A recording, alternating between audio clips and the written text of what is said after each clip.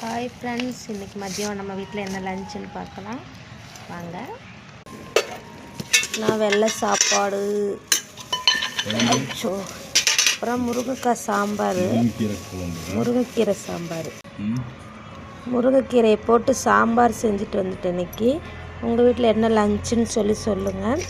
நான் தனியாக தான் உட்காந்து சாப்பிட மாட்டேன். இன்னொரு அண்ணன் சாப்பிட்ருக்காரு, அவருக்கு தக்காளி சாப்பாடுமா குழம்பு எதாவது இருந்தால் சாப்பிட்லாம். தக்காளி சாப்பாடு எப்படி பங்கு வைக்கிறது, அதனால் நான் ஒயிட் ரைஸ் சாம்பாரே சாப்பிட்டு கொஞ்ச நேரம் இன்றைக்கி ரெஸ்ட் எடுக்கணும். நேற்று உடம்பு சரியில்லை, ஃபீவரு, 2 ஊசி போட்டிருந்தேன். அதோட தான் ஒர்க்குக்கு வந்திருக்கேன். முடியல என்னாலையும்.